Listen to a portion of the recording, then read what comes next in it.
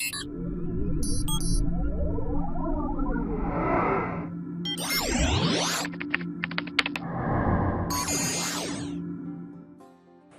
day and welcome to This Old Tub. We have a three-part series on how to repair your tub, how to replace your drain in your tub or shower for that matter, and how to paint and fix the finish on your tub or shower. And that three-part series is quite successful on YouTube, but what we've decided to do here is to compile it into a single, all three elements into a single 10-minute video. So you can do a full repair on your tub or shower with minimal cost, with minimal skill, quite quickly, knowing that you're doing it properly. So we have a number of tips and tricks, pro tips and tricks to get you through this type of repair job so that you can make your job smaller and faster and a lot less stressful. The very first thing we've done is gone out and sourced a repair kit from Lowe's. Sand, mix, fill, sand, wet sand. Okay, lots of glare on that, but you get the idea. So one of the things not included in the instructions is to tape this off, tape this area off. So pro tip number one, tape it off. Pro tip number two, don't use masking tape. Now that's all I have, so I'm going to. I don't know where my painter's tape is. I have lots of it, but my kids must have taken it or something. So, and the second thing you need just to clear this out is you need it should be plastic, but a plastic trowel. So, and I was talking about a putty knife, right? Just something plain like that with a nice clean edge so that you can smush things down. Now mine, unfortunately, is on an angle here. I'm gonna have a hell of a time with this. Let's tape this off.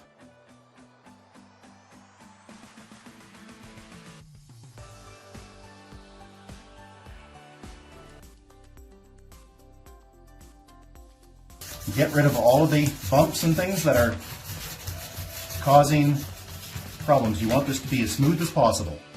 Now in my case, I can see that this is actually bunged up from a previous repair that I'm going to have to scrape out a bit.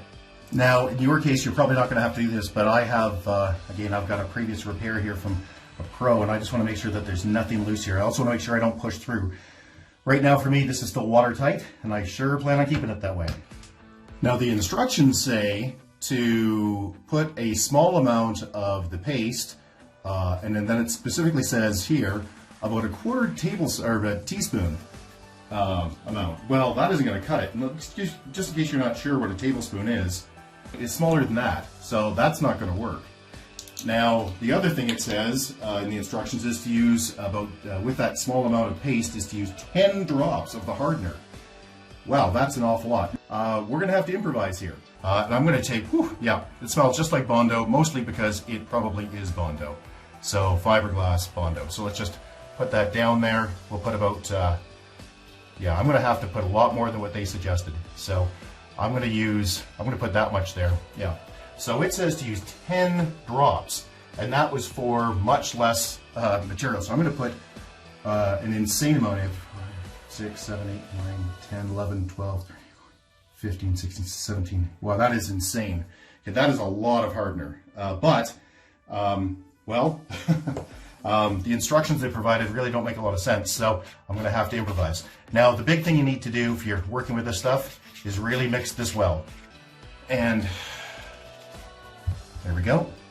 Now, there are a couple of pro tips here that will make your life better. The first is, if you're on a flat spot, let me just finish getting this spread out. Okay, the first pro tip is use a spatula, use a putty knife, something like that to spread it out if you're on a flat spot. I'm not. So there's a little trick you can do if you're not on a flat spot, which is to use some Saran wrap.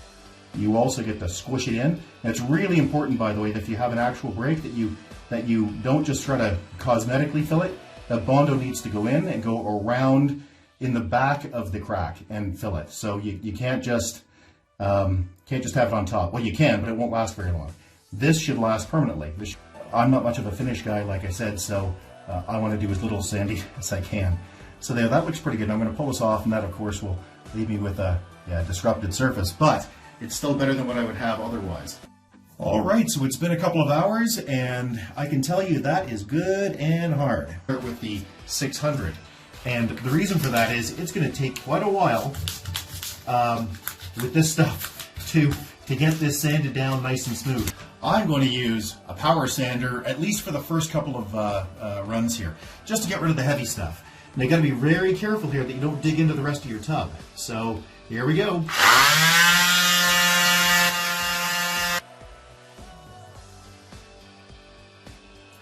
Alright, so after doing some heavier sanding and using the sanding paper that the kit shipped with, I think I needed a little more, so I went out and got some sanding pads. I'm going to remove this tape and clean it up. Alright, so here we have a typical chrome bathtub drain problem, which is the chrome has come off over time. So the first thing you need, other than the part, which you can get from your local store, is this. It's a tub tool, so drain remover. So 2 sizes, and all you do is, if you have a pop-up like we do, just unscrew it, it'll just pop out. Now you could try to muscle this thing and turn it, or take a screwdriver through it and twist and unscrew. There we go, look at that. It's actually a little more loose than I would have thought. And I sourced this for $35 Canadian. Pop down, pop up, there we go. Now, one thing to note, this O-ring, I suppose you could leave it on, but you shouldn't. Plumber's putty is super cheap. Don't worry about grabbing too much, just grab a whole pile of it. There we go. Now, what you do is you roll it in your hands like this, and you want to do the Play-Doh thing. Yay! And yeah, that's actually too much, so I'm just going to pull this off and put that back in the tub. See? Doesn't make any difference, right? Now, you take this worm and you put it around and you squeeze it down a bit. First thing you've got to do is take the plug out so you can use your drain tool to put it back, to put this one back in. So let's pop that in by hand. There we go.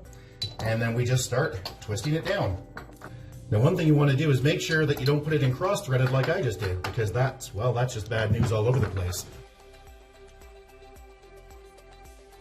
And look at that, it's just squishing out, right? So you can just take your finger, rub that along. Don't worry about it, this will all wash off, right? It's just putty. It's like Play-Doh. When you get this down, you really want to give this an extra crank. Make sure that that is watertight. There we go. And that's that. So we'll just clean this up now. And little pro tip is don't push too hard on it like I did there, because mostly it wants to peel off.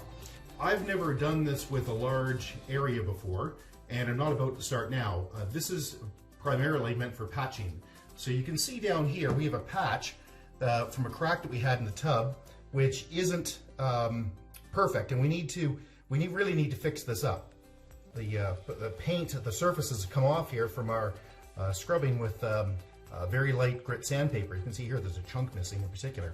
So look, if you want to do this properly, you can read the side of the can and it'll tell you what to do, but it's pretty obvious. What you need to do is sand this down a little bit. So you can either use, like steel wool or extremely fine sandpaper. What you want to do is make sure that the surface is very, very clean. Now that's sanded down nicely, but if we paint it now, of course, all of this dust is going to get into the paint and it's not going to work. So what you need to do is make sure you brush it off with a soft cloth and then a little bit of water on your soft cloth to make sure that that guy is as clean as can be. Now I can see in my case, I have some more little dimples to scratch out here, which you probably won't have to do, but I'm going to do it. I've got this clean, I've got this dry, and it's smooth, there's no loose bits on it, and I'm going to shake it vigorously for 2 minutes. 2 minutes is a long time, but you really need to hear that ball going back and forth, and you really want to make sure that it's mixed up. Okay, so you want to hold this about a foot away from the area, so I'm going to step back so you can't actually see that because that's just a little too close, and give it a quick glancing spray. Nothing too heavy. Now, another thing to note is you're supposed to do this twice. So you let it sit, Don't put too much on or it'll glob up and look like a mess. So here we are 2 hours later. Give the can a shake again, including shaking it upside down. Make sure everything comes out. And let's give it another quick coat. And then you have to make sure there's no water in here for 1 day, no. 2 days, nope, keep going. 3 days. So don't use the tub for 3 days. And you need to let it harden up. Let's take a look at the before pictures here, and then let's zoom out to the after pictures. All right, now look at that. How sweet is that? All right, that's it. If you have any questions or concerns, please get a hold of us at www.urtech.ca. Thanks, bye-bye.